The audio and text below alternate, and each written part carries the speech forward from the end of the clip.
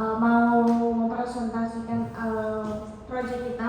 Jadi kita projectnya ngambil data dari Kaggle juga tentang health lifestyle. Dengan kita kasih judul analisis data kesehatan dan gaya hidup. Boleh next. Jadi secara ringkasannya perubahan gaya hidup meningkatkan penyakit yang tidak bisa diprediksi. Seperti kalau teman-teman tahu ada penyakit namanya diabetes, kemudian penyakit kronis kayak hipertensi dan lain-lain. Itu akhir-akhir ini meningkat dan akhirnya diberikanlah dataset sebanyak kurang lebih 100.000. Kemudian dari dataset itu isinya ada usia, age, ada BMI, ada kemungkinan dalam harian, ada berapa lama dia tidur, kemudian water intake-nya, apakah dia mengonsumsi alkohol atau enggak, tekanan darah, denyut jantung, kolesterol, family record, dan label untuk penyakit yang beresiko. Kemudian dari tujuan penelitian ini, tujuan tugas ini adalah bagaimana kita mengeksplor hubungan antara gaya hidup dan juga kesehatan. Contohnya misalnya kalau misalkan saya kurang tidur, kemudian saya obesitas, saya hubungannya apa, kemudian saya sakitnya seperti apa. Kemudian pembangunan prediktif serta menyajikan dashboard dan arsitektur big data yang memenuhi standar keamanan dan privasi. Oke, nah untuk market driver juga untuk pendorong pasar, yang pertama adalah akhir-akhir ini masyarakat sudah mulai sadar akan kesehatan dirinya sendiri. Sejak COVID terutama masyarakat mulai ada yang hobi bersepeda, kemudian lalu diikuti dengan ada namanya smartwatch. Jadi dia nge-tracking langkah kita sehari-hari, kemudian dia nge-tracking jam tidur kita seperti apa, lalu kemudian lebih berfokus ke kesehatan mental dari si konsumen. Pasar untuk solusi manajemen stres dan gangguan tidur meningkat dan membuka integrasi data fisiologis dan mental. Kemudian next saja. Nah kemudian dari bisnis drivernya juga ada seperti saya sebutkan tadi, dari smartwatch berkembanglah ke aplikasi yang sudah terrecord ya. Dari kemudian ketika dia sudah tahu dari aplikasi itu saya kurang tidur dan lain-lain, itu bisa jadi akhirnya mengurangi biaya asuransi karena dia sudah mengontrol itu tadi. Dia kurang tidur berarti kan dia harus tidur lebih cepat dan lain-lain. Kemudian bisa dipersonalisasi layanan dan kemudian bisa data driven decision makingnya. Jadi untuk rumah sakit juga diberikan data. Jadi dari user A ini, konsumen A, dia sakitnya ini, itu sangat berguna sekali. Jadi rumah sakit tidak perlu lagi datanya nggak ada, tapi dia bisa nge-tracking dari itu aja.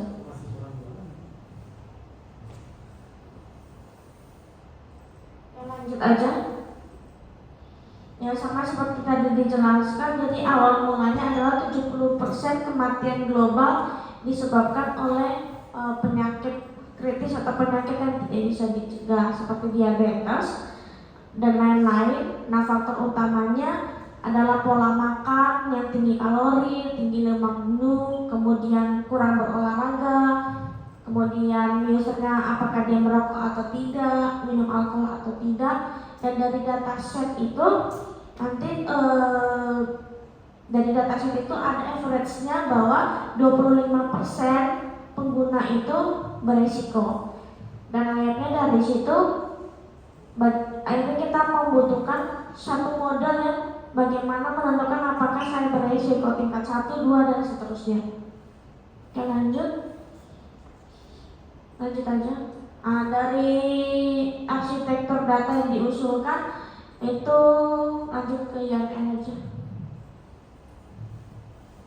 Oke, dijelaskan sama Mas Putra. Oke, menurut lagi untuk aspek planning desainnya ini kita bagi menjadi beberapa level. Level pertama itu dari health assessment itu disease risk-nya dan health test-nya. Ini mungkin ke persentase, jadi jatuhnya ke float number ya. Nah, itu digunakannya di table person dan table lifestyle atau table vitals. Sama table medical history. Nah, masuk person itu nanti akan ada 3 age, gender, dan ID. Karena nanti harusnya bisa ada nama, data-data pribadi ya. Tapi yang penting ini adalah age, gender, dan ID. Jadi kita anggaplah data-data pribadi itu kita hilangkan karena ini masuknya ke medical, jadi agak sensitif seperti itu. Ini nanti kita masukkan ke medical. Nah, kemudian di vitalsnya itu nanti akan ada BMI, kolesterol, diastolik, BP, restolik HR, restolik, sistolik, HPP. Kemudian di medical history itu masih ada disease risk-nya dan family history-nya. Jadi lebih ke nama penyakit, lebih ke penyakit nama penyakitnya dan medical family history ke atasnya. Kalau yang satu lagi ini lebih ke arah nama penyakitnya dan resikonya ini berapa persen seperti itu. Lifestyle-nya kemudian juga dikaitkan dengan lifestyle, yaitu di mana ada alkohol, apakah nanti dia menggunakan saya terbiasa selama setahun kebelakang minum tua, atau saya setahun kebelakang minum wine, beda-beda ya. Beda persentase, tapi resikonya juga semakin tinggi kadar alkoholnya, semakin rentan juga dia terkena. Jadi kayak misalkan orang Rusia vodka di jalannya gitu. Kalau orang Indonesia tua gitu. Oke, kalau respon minum berarti ya? Jarang sih Pak. Tahun baru, Natal gitu ya? Jarang sih Pak. Paling kalau acara-acara kayak kantor itu mungkin diajak teman gitu. Ya terakhir makanya dari tadi ngomongin apa namanya tadi darah tinggi nunjuk saya mulu. Ya saya sih Pak. Apalagi kalau masalah kolesterol atau masalah diabetes, umur ini paling banyak. Kalau saya kan betul ini, saya resiko diabetesnya lebih besar sih. Lebih diabetes ya. Turunan biasanya orang tua ya. Orang tua. Kalau saya dari nenek. Oke gitu. Jadi makanya masuknya ke sini medical history. Family history tepatnya. Jadi family history-nya neneknya kenapa, ada diabetes, ada misalkan bapaknya ada penyakit juga. Kalau konsumsinya bisa juga dicek makanannya ini apa aja selama seminggu kebelakang atau setahun kebelakang. Mungkin bagus sih setahun kebelakang. Bukan serasa presentasi, serasa konsultasi. Saya urusan psikologi Pak. Ya mohon maaf ada dari statusnya. Ini nanti Bapak bisa kita cek naik ke kantor atau misalkan berangkat kerja pakai apa, berapa step. Ya prakteknya sih enggak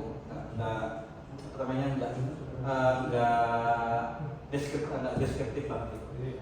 Sleep house-nya ditanya apa bisa tidur jam berapa, jam 9. Oh enggak, saya kalau sekarang software developer bisa tidur jam 1 bangun jam 5. Makanya kayak zombie.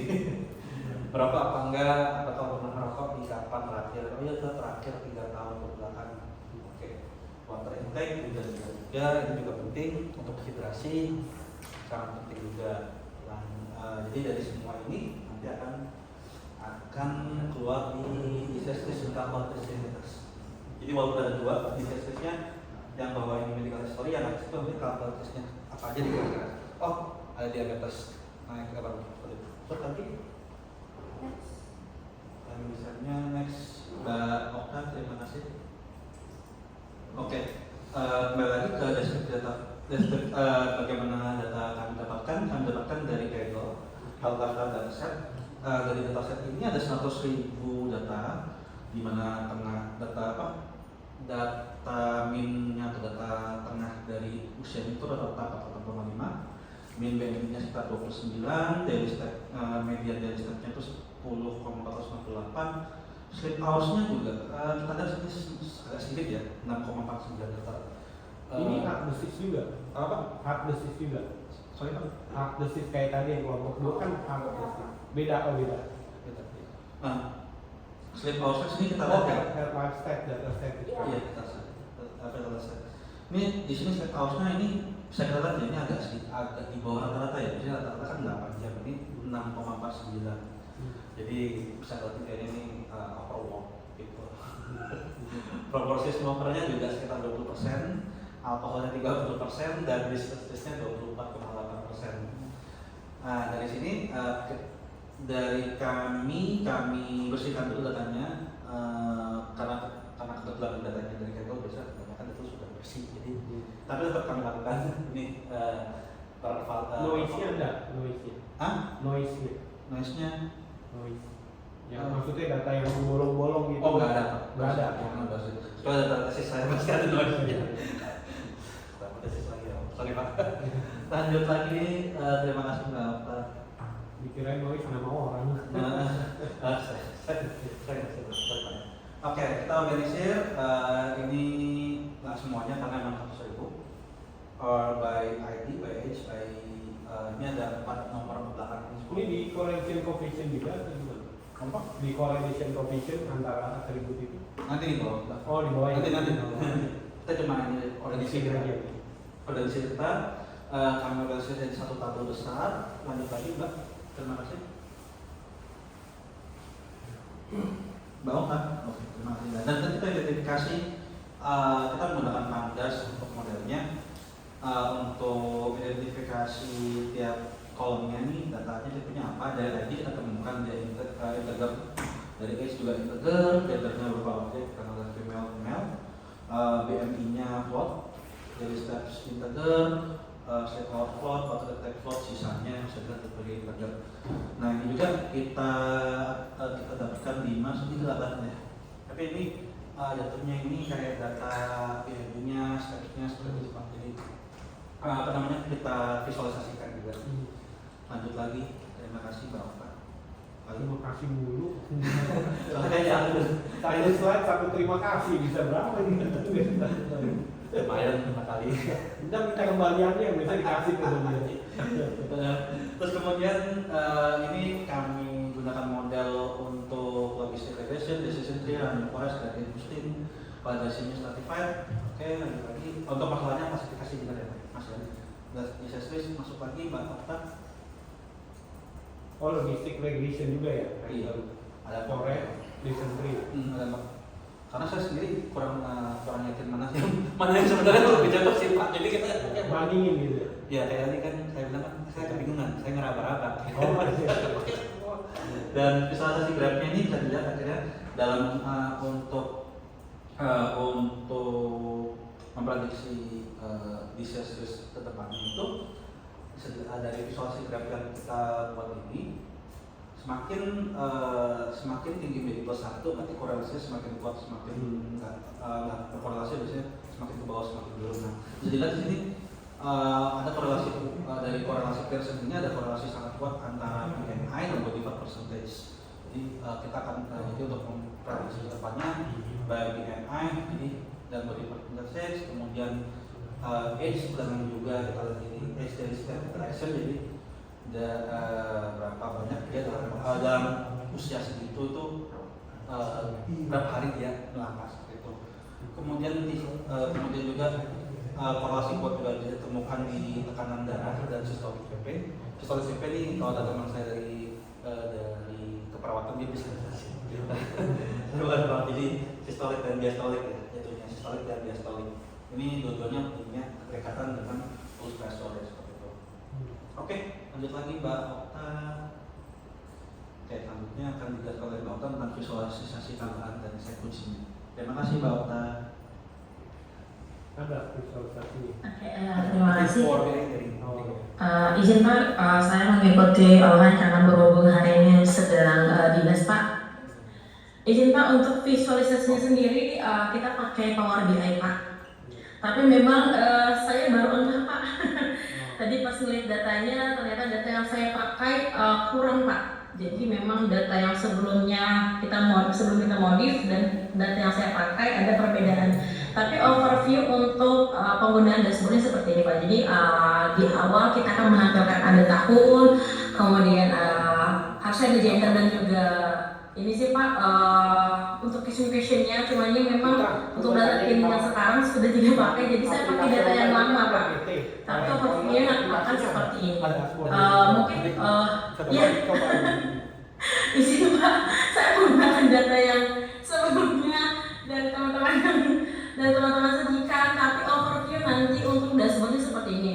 Dan kebetulan nanti di sini kita akan menggunakan forecasting juga Pak. Oke Pak. Iya Pak. Ini dari bapaknya minta nanya, bisa dilihat nggak aplikasi Power BI ini? Oke, mungkin saya akan perkenalkan aja ya Pak Power BI ini Pak.